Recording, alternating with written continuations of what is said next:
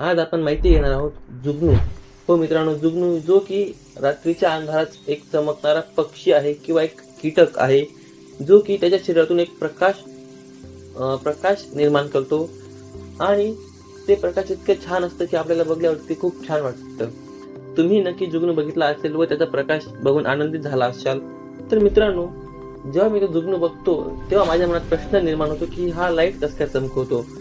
आपल्याही मनामध्ये हा प्रश्न निर्माण नक्की झाला असेल, कारण की त्याच्या शरीरात लाईट नाही, बॅटरी नाही, एलईडी बल्ब नाही, तर तो प्रकाश उत्पन्न कसं काय करतो.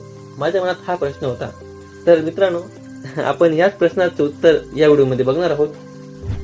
मित्रांनो, आपण आज जाणून घेणार आहोत की जुगनू त्याचा प्रकाश कसं काय निर्माण करतो आणि त्याचा प्रकाशाचा वापर कशामुळे करतो, त्याचा प्रकाशाचा वापर तो कोणकोणत्या कारणांमुळे करतो आणि जुगनूला नेचर्स इंडिकेटर म्हणून का ओळखलं जातं आणि विज्ञानामध्ये जुगनू हा एक महत्त्वाचा बर्ड किंवा पक्षी म्हणून का ओळखलं जातं.